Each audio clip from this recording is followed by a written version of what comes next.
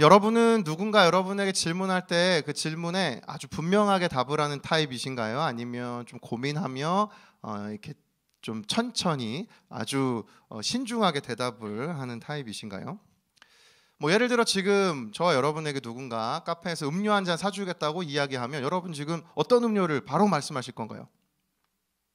고민의 시간이 필요하신가요? 아니면 바로 드시고 싶은 그 음료가 떠오르는가요? 이 작은 것을 선택하는 질문이니까 조금 전의 질문에는 우리가 쉽게 대답을 할 수 있었을지 모르지만 선택하는 것이 점점 더 커질수록 우리는 분명하게 대답하는 것보다는 신중해지고 점점 그 선택에 시간이 걸리곤 하죠. 반대로 이야기하면 때로 내가 아주 분명하게 이야기하지 못한다는 것은 나 자신에 대한 나의 생각에 대한 확신이 없다라는 뜻이 되기도 합니다. 설교를 준비하면서 이 하나의 영상이 떠올랐는데요. 이 백종원 씨가 창업하는 분들에게 이제 강의를 해주시는 내용이었어요. 근데 이제 한 분이 이렇게 백종원 씨에게 질문을 합니다. 새로운 메뉴를 개발할 때 어떤 기준이 있는지 알고 싶습니다. 여러분은 혹시 뭐 이 영상 보셨는지 모르겠습니다. 여러분이라면 새로운 메뉴를 개발할 때 제일 중요한 기준을 무엇으로 꼽을 것 같으세요? 여러분은 어떻게 그 메뉴를 개발하실 건가요? 백종원 씨는 이렇게 대답합니다. 저는 모든 브랜드들을 만들 때 미안합니다. 제가 기준이에요. 가장 간단 명료해야 돼요. 그 다음에 뭐냐면 분석이 너무 심하면 안 돼요. 여기서 대부분 실패하는 거예요. 분석을 하기 시작해요. 그러면 복잡해지기 시작하는 거예요. 저는 이 말이 굉장히 인상적이었습니다. 그러니까 백종원 씨는 본인의 입맛이 평균이다. 그러니까 나는 내 입맛에 맞춘다. 다른 기준을 잘 참고하지 않는다. 왜냐하면 내가 대중적이기 때문이다. 그런데 잘 정해놓고 수많은 사람들의 이야기를 듣다 보면 내가 가지고 있던 기준이 흔들리기 때문에 너무 분석이 심하면 안 된다라고 제안을 한 것이죠. 그러니까 분석이 너무 심하면 흔들린다는 것은 다시 말하면 기준이 없다는 것이에요. 그렇지 않습니까? 우리 인생에도 기준이 흔들리는 순간들이 있죠. 뭐 우리 대학부가 공감할 수 있는 건 입시를 시작할 때, 입시가 끝났을 때, 대학에 들어가 학업의 시간을 보낼 때, 취업을 할 때 등등등 우리 인생의 기준이 흔들리는 경우들이 있습니다. 맞다고 생각했는데 아닌가 봐. 이게 분명하다고 생각했는데 틀렸나 봐. 왜 제대로 안 됐지? 뭐가 잘못된 거지? 이런 생각들을 우리가 마주하곤 하죠. 그래서 언젠가 제가 인용했던 것처럼 우리는 항상 이렇게 살아갑니다. 인터넷에 많이 공유되는 글인데요. 초등학교, 중학교, 고등학교, 초등 고학년일 때 이렇게 얘기해요. 저학년일 때가 좋았지. 중학생이 되면 이렇게 얘기합니다. 초등학생 때가 좋았지. 고등학생이 되면 이렇게 얘기합니다. 중학교 때가 좋았지. 대학생이 되면 고등학교 때가 좋았지. 취업하면 학생일 때가 좋았지. 퇴사하면 일할 때가 좋았지. 노인이 되면 젊을 때가 좋았지. 여러분 이 이야기가 전하는 메시지가 뭘까요? 원래 이 글은 굉장히 감동적인 글이에요. 마지막에 이렇게 돼 있어요. 이제 눈치채셨나요? 당신의 인생은 항상 좋다는 걸. 다 좋은 인생이었어요. 초등학교 때 좋았고 중학교 때 좋았고 고등학교 때 좋았고 다 좋은 인생인데 왜 매번 그걸 깨닫지 못하고 그때에는 지난 시간을 계속해서 떠올리며 그리워할까요? 지금이 너무 혼란스럽다는 거죠. 지금이 너무 힘드니까 이전이 좋았다라고 우리가 이야기하는 것 아닙니까? 따라서 모든 인생은 항상 좋았지만 동시에 우리는 끊임없이 지금의 혼란을 겪으며 살아가는 인생인 것이죠. 사랑하는 여러분, 오늘 이 자리에 여러분은 어떤 혼란함을 마주하며 예배의 자리로 나아오셨습니까? 여러분과 저의 오늘 혼란은 무엇입니까? 어떤 상황에도 흔들리지 않는 기준을 가지고 살아가고 있습니까? 아니면 분석이 너무 심해서 너무 혼란스럽게 흔들리며 인생을 살아가고 있습니까? 혹여나 흔들리는 인생이 있다면 하나님께서 흔들리지 않을 수 있는 그 기준을 오늘 본문을 통해 들려주십니다. 오늘 본문을 통해서 우리 인생 가운데 붙들어야 할 기준 두 가지를 함께 살펴보려고 하는데요. 첫 번째, 삶에서 붙들어야 할 기준, 그 첫 번째는 많음이 아닌 옳음을 선택하라는 것이에요. 지난주 우리는 이스라엘 땅에 끌려온 다니엘의 이야기를 살펴봤죠. 오늘은 다니엘과 함께했던 세 친구들의 이야기를 중심으로 살펴보게 됩니다. 오늘 본문은 이렇게 시작해요. 1절이요. 느부갓네살 왕이 금으로 신상을 만들었더니 높이가 60규빗이요 너비는 6규빗이라 그것을 바벨론 지방의 두라 평지에 세웠더라. 느부갓네살 왕은 바벨론의 신과 같은 존재였죠. 그가 신상을 세웁니다. 이 높이는 지금으로 치면 아파트 한 9층에서 10층이 되는 높이, 27m 되고 이 폭은 2.7m 정도 되는 얇고 굉장히 높은 신상을 세워요. 이것을 두라라는 평지에 세웁니다. 그리고 이 신상을 세우고 이제 기념식을 진행을 해요. 근데 그 기념식에 모인 사람들이 좀 중요합니다. 2절과 3절을 이어서 보십시오. 느부갓네살 왕이 사람을 보내어 총독과 수령과 행정관과 모사와 재무관과 재판관과 법률사와 각 지방 모든 관원을 느부갓네살 왕이 세운 신상의 낙성식에 참석하게 하매 이에 다시 총독과 수령과 행정관과 모사와 재무관, 재판관, 법률사와 각 지방 모든 관원이 느부갓네살 왕이 세운 신상의 낙성식에 참석하여 느부갓네살 왕이 세운 신상 앞에 선이라. 이 자리에 많은 사람들이 참석했는데요. 요약하면 이겁니다. 바벨론의 중요한 사람은 다 왔다는 거예요. 특별히 바벨론의 관료 7 지위를 소개를 합니다. 지방의 장관, 대신, 총독, 고문관, 재무관, 판사, 법률과 그 외 지방 모든 관리들. 그러니까 지금 바벨론 땅에 있는 모든 한자리 하는 분들은 다 이곳에 지금 모였다는 것이죠. 아니 이렇게 구체적으로 이 관료들을 언급하고 또 2절에서 그렇게 설명해 놨는데 3절에서 반복해서 또다시 이렇게 이들을 소개하는 이유는요. 굉장히 높은 지위의 사람들이 많이 모였다는 것을 성경이 지금 강조하고 싶은 것이에요. 이 많이 모인 사람들에게 느부갓네살 왕이 요구한 것은 하나입니다. 음악을 틀 테니 그 음악에 맞춰서 신상에게 절을 하라는 것이에요. 여러분이 신상에게 절을 한다는 것은 무슨 의미입니까? 그 신상, 그 신을 인정하고 받아들이라는 것이죠. 근데 중요한 문제가 있었어요. 이 상황에 여러분 이 두라평지를 관리하던 그 관리자들은 어떤 마음이었을까요? 여러분 이런 거 있잖아요. 어떤 행사가 있는데 여기서 이루어진대요. 만약에 드림센터 502호에서 이번 주일날 여기서 행사가 있다. 그럼 가장 바쁘고 분주한 사람은 누굽니까? 저죠. 여러분이 아니에요. 나예요. 제가 이 자리를 담당하는 담당자니까요. 지금 이 금신상이 바벨론 땅의 어느 지역에 지금 세워졌다고 했죠? 두라 평지. 이 두라 평지를 다스리고 관할하던 사람들이 있었습니다. 그들이 누구인지 아십니까? 바로 다니엘의 세 친구였어요. 그러니까 지금 이 세 친구들에게 있어서는 나라에서 가장 중요한 행사가 자기들이 지금 관리하는 땅에서 벌어지고 있다는 것이죠. 따라서 이 상황이 이 세 친구들한테는 어떤 느낌과 어떤 의미였을까요? 굉장한 부담이었겠죠. 심지어 이 자리에 각계 중요한 모든 사람들이 다 왔습니다. 어떤 마음이었을까요? 어떻게 행동했을까요? 이들도 이 분위기 속에 휩쓸려 갈 수밖에 없는 상황 아닙니까? 여러분이라면 어떻게 하셨을 것 같으세요? 수많은 내가 속해 있던 이 모든 사람들 99명이 다 아니오라고 할 때 여러분 네라고 할 수 있습니까? 그 부담이 지금 이 세 친구들에게 있었다는 것이죠. 인생을 살아가면서 우리도 이와 같은 삶의 도전을 마주합니다. 내 삶을 내가 믿는 것을 계속해서 흔드는 바벨론의 도전이 있어요. 이 도전 앞에 우리가 가지고 있는 분명한 기준이 없다면 우리는 단언코 말하건대 흔들리는 인생을 살아가게 됩니다. 제 대학 시절 저는 광고학을 전공했기 때문에 수업 시간에 들었던 내용이 설교를 준비하다 떠올랐습니다.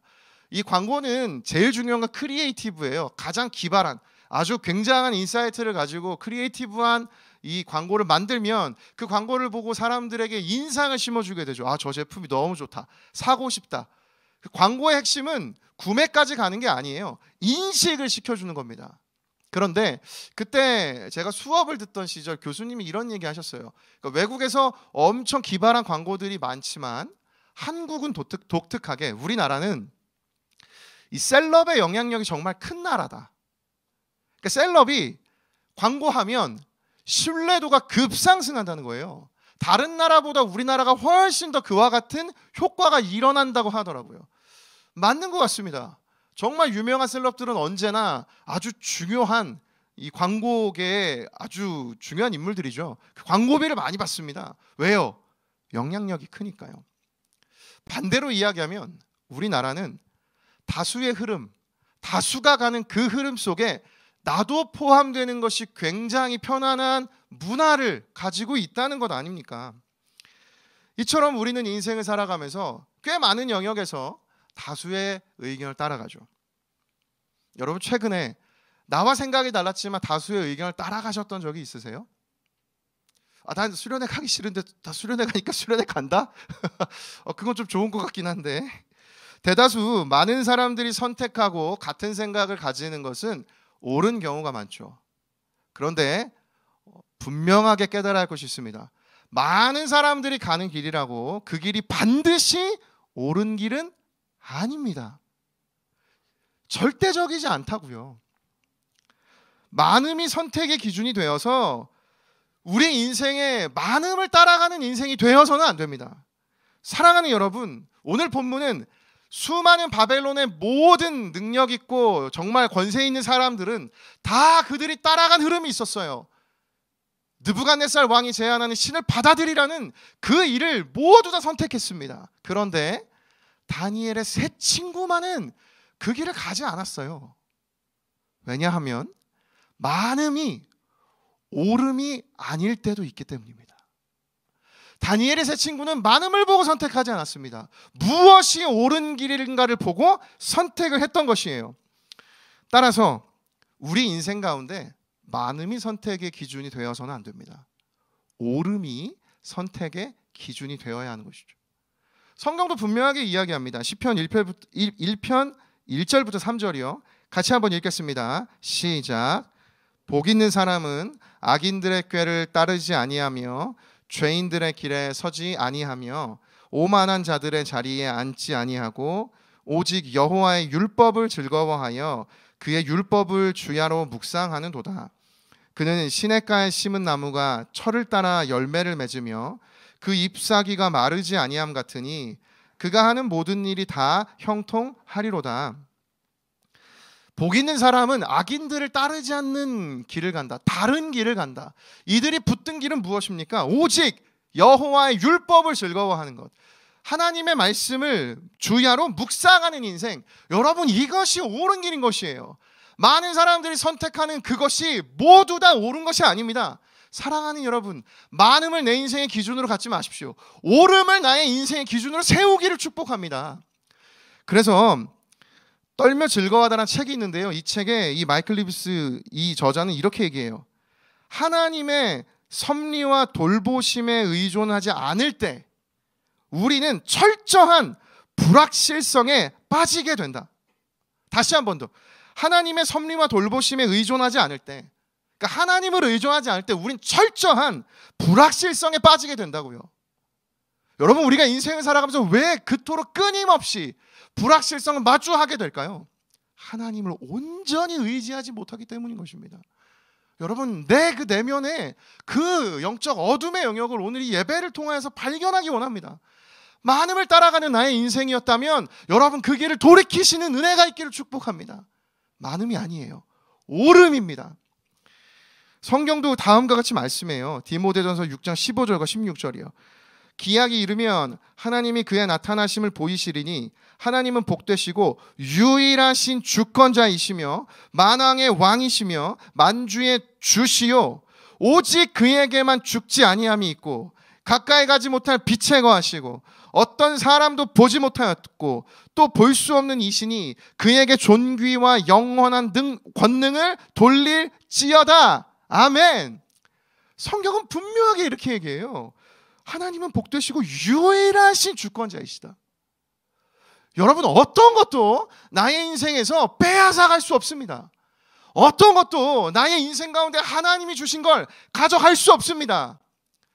사탄이 여러분 대단한 영향 가진 것 같죠? 내 생명 가져갈 수 있을 것 같죠? 내 앞길을 막을 수 있을 것 같죠? 하나님의 뜻을 어그러뜨릴 것 같죠? 그렇지 않아요. 사탄이 하는 건 딱 하나예요. 그렇게 될 것만 같이 내 생각을 바꾸는 것밖에 없습니다. 아무것도 그는 우리에게 영향을 주지 못해요. 단 내 스스로가 포기해버리도록 만들어버리는 것이 악한 세력의 영향력인 것이에요. 사랑하는 여러분, 다시 한 번 더요. 하나님의 섭리와 돌보심에 의존하지 않을 때 우리는 철저한 불확실성에 빠지게 된다.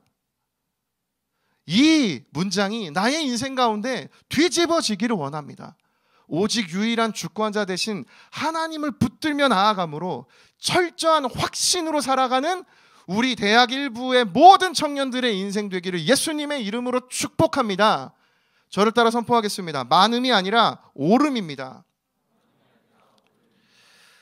본문에서 발견한 삶에서 붙들어야 할 기준 그 두 번째는요, 소원이 아닌 영원을 바라보라는 것이에요.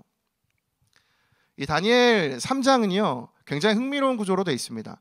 5부분으로 나눠져 있는데요, 맨 위에 부분은 느부갓네살 왕이 금신상을 숭배하라고 제안하고, 이를 통해 두 번째 단락에서는 새 친구들에게 위험이 찾아옵니다. 이 상황 속에 새 친구들이 자신들의 믿음을 고백해요.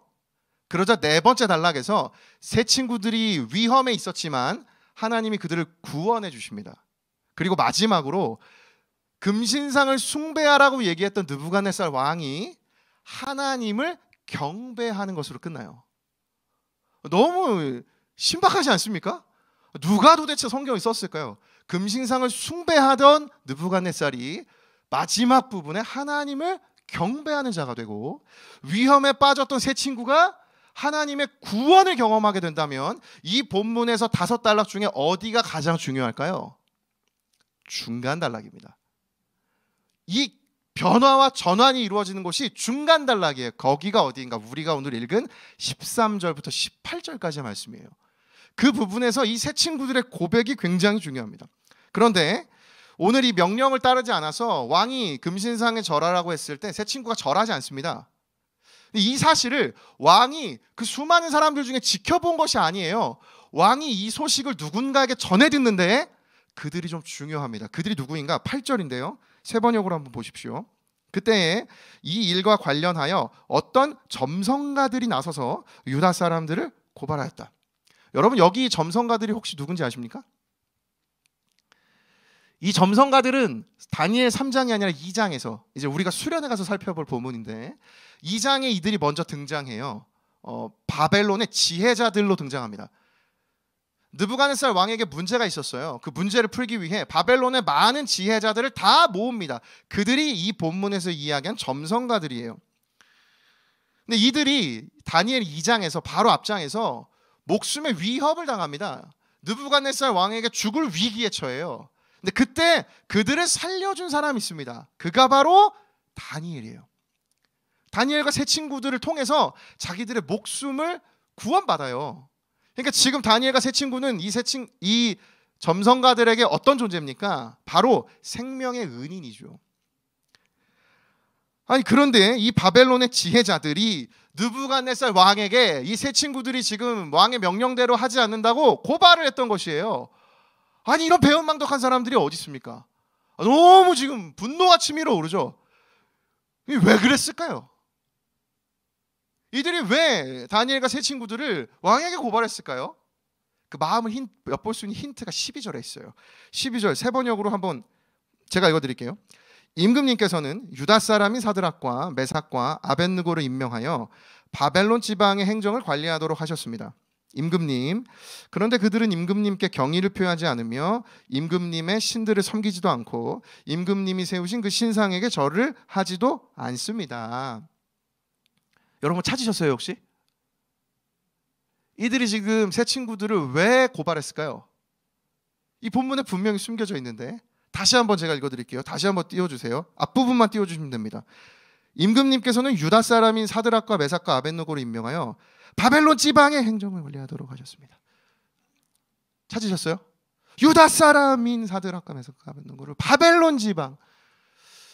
여러분, 성경이 왜 이들의 출신과 이들이 지금 있는 지역을 이렇게 구분해서 표현했을까요? 이 바벨론의 지혜자들, 점성가들은 유다 출신이었던 이 사람들이 바벨론의 지금 관료가 된 것이 너무나 기분이 나쁜 상황인 거죠. 왜인지 아세요? 저들이 없었다면 내가 지금 그 자리에 갈 수 있던 건데, 이 다니엘과 세 친구가 없었다면 저 자리는 내 건데 라는 생각으로 이들은 이 불만을 들려주고 있는 것이죠. 한 자료에서 이렇게 이 부분을 설명합니다. 제 생각이 아니에요. 일부 주석가들은 왕에게 청년들을 고발한 갈대아 사람들, 개역개정으로 보면 이들을 갈대아 사람이라 표현해요. 이 갈대아 사람이 특별한 위치에 있지 않은 바벨론 시민들이라는 의견이 있지만 이 사람들은 바벨론 지혜자들이다. 그들은 절하지 않은 이 세 청년들이 유다 사람들이라는 사실을 알고 있을 뿐만 아니라 그들의 이름까지 알고 있다. 더 나아가 훗날 다니엘이 사자굴에 들어가게 된 것도 지혜자들의 질투와 시기 때문이었다. 본문에서도 소년들을 고발하는 자들은 2장에서 다니엘이 살려준 바벨론의 지혜자들이 확실하다. 따라서 이 바벨론의 지혜자들이 세 친구들을 죽이려 했던 그 마음의 근원적 이유는 무엇입니까? 이들을 향한 질투인 것이에요. 이들을 향한 성공을 갈망하는 마음인 것이에요. 여기서 우리 한 가지 깨달을 수 있는 것이죠. 다니엘과 세 친구, 느부갓네살 왕이 살아가던 이 바벨론 나라의 문화는 어땠는가? 이 바벨론 땅에 사로잡고 있던 질서는 무엇인가? 그건 성공입니다. 내 목숨을 구해줄 생명의 은인인데 그게 가장 중요한 가치가 아닌 것이에요. 이들에게 제일 중요한 건 무엇입니까? 성공입니다. 여러분, 우리가 읽은 이 바벨론의 모습이 오늘 내가 자란 이 시대의 모습과 무엇이 다릅니까? 그래, 너무 고마운 일이지. 나의 생명을 구원해 줬지. 그래, 고맙지만 그러나 나에게 더 중요한 가치가 있어. 그건 성공이야. 저와 여러분이 오늘 이 말씀 앞에 정직하게 직면하기 원합니다. 어느 누구나 인생 가운데 성공가도를 달리고 싶은 마음이 있습니다. 여러분, 우리 중에 없는 사람 아무도 없습니다. 저를 포함한 우리 모두가 다 그렇게 살아가고 있어요. 바벨론의 시대의 질서는 그것이기 때문이죠. 여러분, 이 질서 너머를 살아가야 됩니다. 여러분, 우리가 기독교인이라면 이 바벨론의 문화에만 젖어 살아가서는 안 되는 것이에요. 이걸 뚫고 나아가는 그 인생의 멋진 모습을 보여줘야 되는 것입니다. 여러분, 그 소망이 있으십니까? 그 삶을 우리 살아갈 수 있습니다. 이 시대를 살아가는 우리가 그래서 붙들어야 하는 기준이 무엇일까요? 그것은 이 세 친구들의 고백 안에 있습니다. 느부갓네살 왕이 놀랍게도 이들에게 그냥 이 얘기를 듣자마자 불러서 이들을 처벌하지 않아요. 이들에게 한 번 더 기회를 줍니다. 왜냐하면 이 세 친구들이 이전에 자신에게 보여줬던 충성과 이들이 나라에 기여했던 공로가 있었기 때문이에요. 한 번 더 기회를 줘요. 정말 그랬느냐? 지금이라도 절하면 살려주겠다. 그런데 그때 이 세 친구들이 거절합니다. 그 이후 우린 다 알듯이 이들이 뜨거운 불 안에 던져지는데 기적적으로 살아나요. 이 구원과 이 하나님의 역사를 이들이 어떻게 경험할 수 있었는가? 그들이 살아남기 전에 아까 제가 말씀드렸던 가장 중요한 단락 17절과 18절 말씀이 있는데요. 제가 읽어드리겠습니다. 왕이여, 우리가 섬기는 하나님이 계시다면 우리를 맹렬히 타는 풀무불 가운데에서 능히 건져내시겠고 왕의 손에서도 건져내시리이다. 그렇게 하지 아니하실지라도 왕이여, 우리가 왕의 신들을 섬기지도 아니하고 왕이 세우신 금신상에게 절하지도 아니할 줄을 아옵소서. 여러분, 이들의 대답의 핵심 내용이 무엇입니까?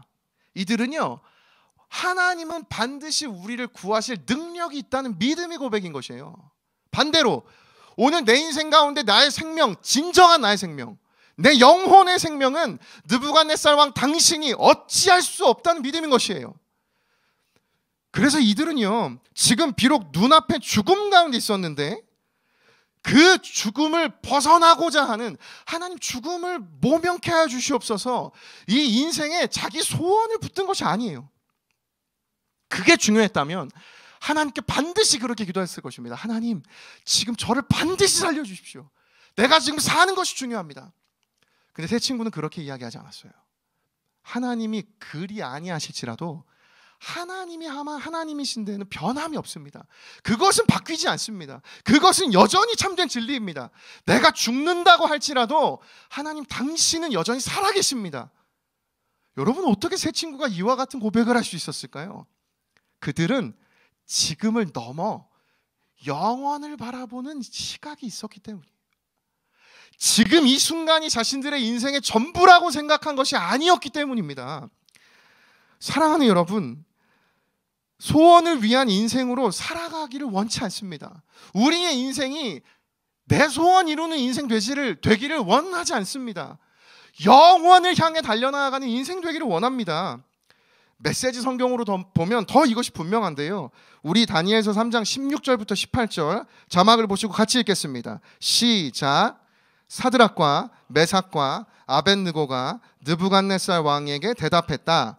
왕께서 그렇게 말씀하셔도 저희는 달라질 것이 없습니다. 왕께서 저희를 불 속에 던지신다고 해도 저희가 섬기는 하나님은 왕의 불타는 화덕에서, 아니 그보다 더한 불구덩이에서도 능히 저희를 구하실 수 있습니다. 그분이 그렇게 하지 않으신다고 해도 왕이시여, 저희에게 달라질 것은 아무것도 없습니다. 저희는 왕의 신들을 섬기지 않을 것이며 왕께서 세우신 금신상에 절하지도 않을 것입니다. 여러분, 이 고백을 제가 설교를 준비하며 읽는데 얼마나 마음이 벅차는지요. 왕이시여, 달라질 것은 아무것도 없습니다. 내가 믿고 있던 그 기준, 내가 가지고 있던 옳다고 여겼던 그 가치, 이것이 아무리 나를 위협하는 영적인 공격과 세상의 유혹과 위협이 있다 할지라도 하나님, 나에게 그것은 절대로 달라지지 않습니다. 사랑하는 여러분, 저는 대학 일부의 여러분과 저의 인생이 이와 같은 인생이 되기를 원합니다. 세상의 유혹 앞에, 세상의 위협 앞에 하나님, 두렵습니다. 그러나 하나님, 당신이 옳음을 나는 믿습니다. 많은 사람들이 넓은 문으로 간다 할지라도 하나님 말씀하신 그 길이 좁은 길이라면, 주님 그 길이 옳은 길이라면 나는 그 옳은 길을 따라가는 인생 되기를 원합니다.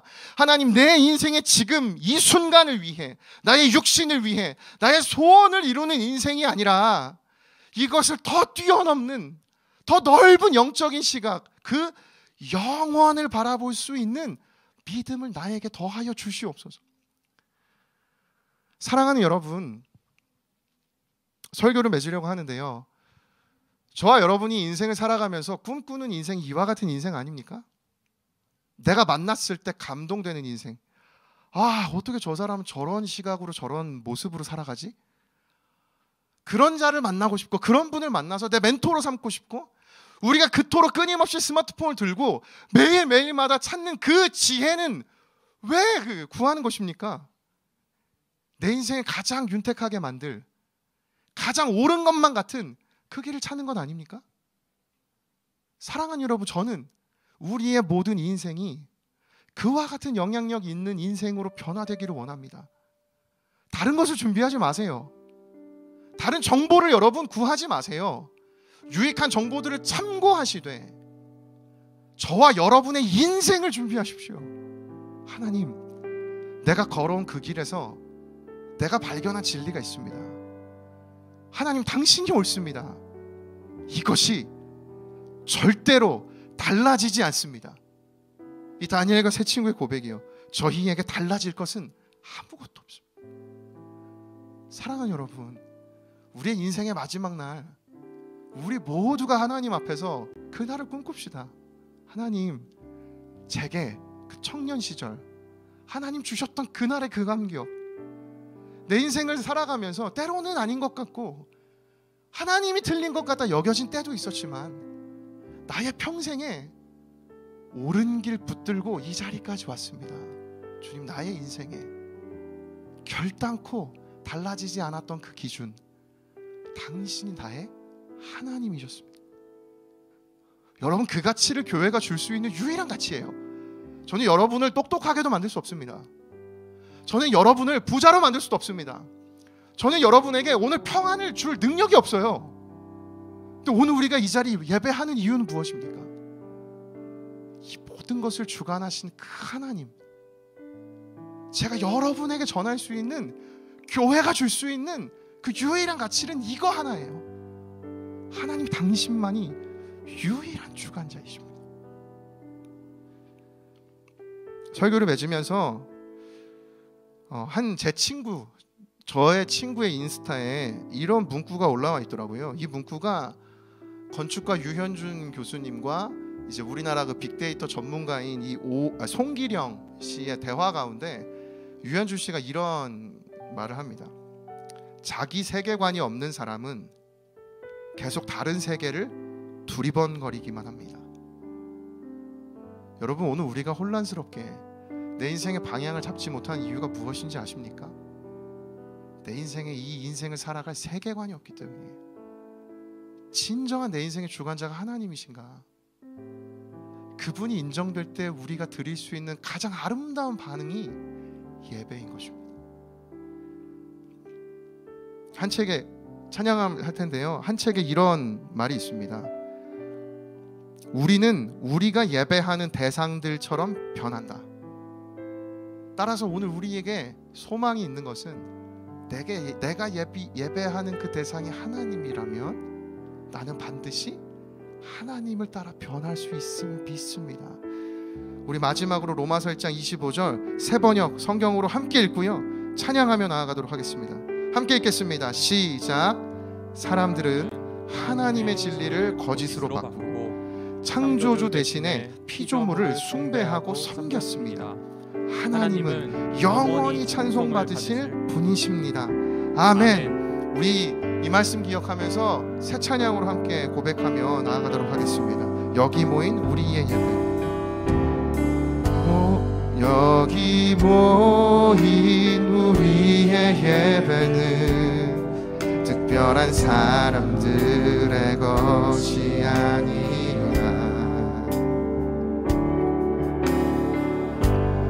어린 양 보혈로 한 가족 되어 감사의 노래 부르는 예배, 이제 오실 주의 찬란한 영광을, 그 영광의 소망을 외치네. 호흡 있는 자 모두 주를 찬양하고 온천한 만물 함께 영광 선포하는 주님의 아름다움, 그 벅찬 함성 들리는 하늘의 예배 드려요. 우리 다시 한번 처음부터 우리 예배 회복을 사모하며 고백합시다. 여기 모인 우리의 예배, 여기 모인 우리의 예배는 특별한 사람들의 것이 아니라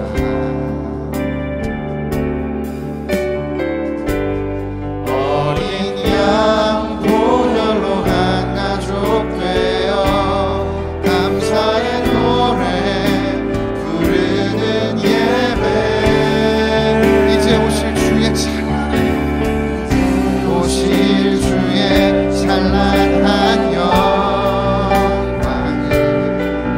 그 영광의 소망을 외치네. 호흡 있는 자 모두 주를 찬양하고 온천한 만물 함께 영광 선포하는 주님의 아름다움, 그 벅찬 함성 들리는 하늘의 예배 드려요. 우리 다시 한번 고백하며 나아갑시다. 2절로 고백하며 나아갑니다. 오늘 모인 우리의 예배, 오늘 모인 우리의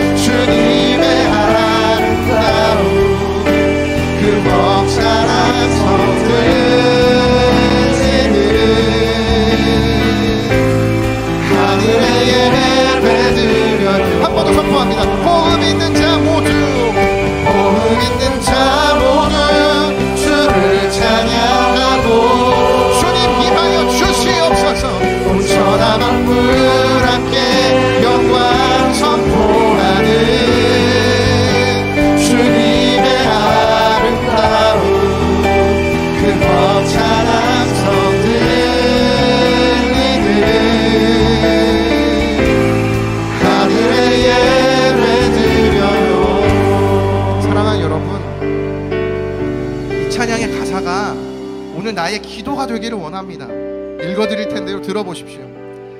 호흡 있는 자 모두 주를 찬양하고 온천하 만물 하나님의 영광 선포하며 주님의 아름다움 그 벅찬 함성 들리는 하늘의 예배드려요. 사랑하는 여러분, 오늘 우리의 예배가 어떻습니까?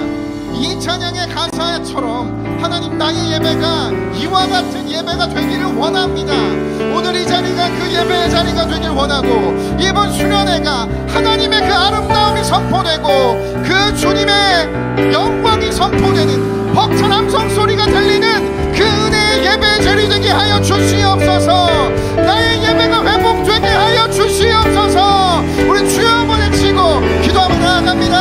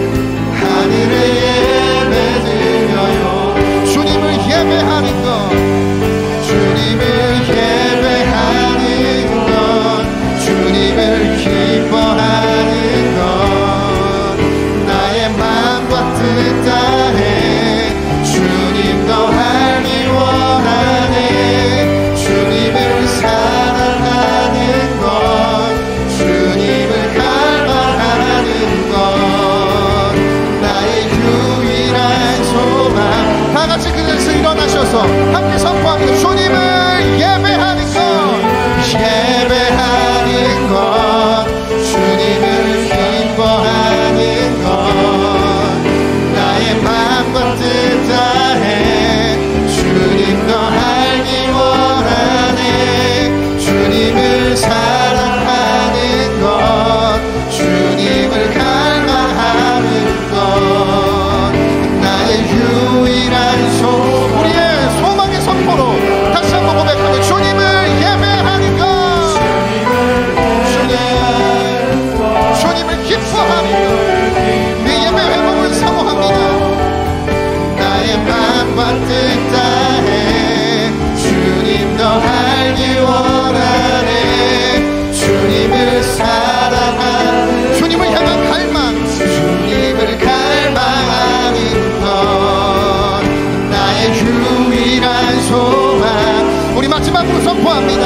주님을 예배하는 것, 주님을 예배하는 것, 주님을 기뻐하는 것, 나의 마음과 뜻 다해 주님 더 알기 원하네. 주님을 사랑하는 것, 주님을 갈망하는 것, 나의 유일한 소망이라. 주님을 예배하는, 주님을 예배하는 것, 주님을 기뻐하는 것, 나의 마음과 뜻 다해 주님 더 알기 원하네. 주님을 사랑하는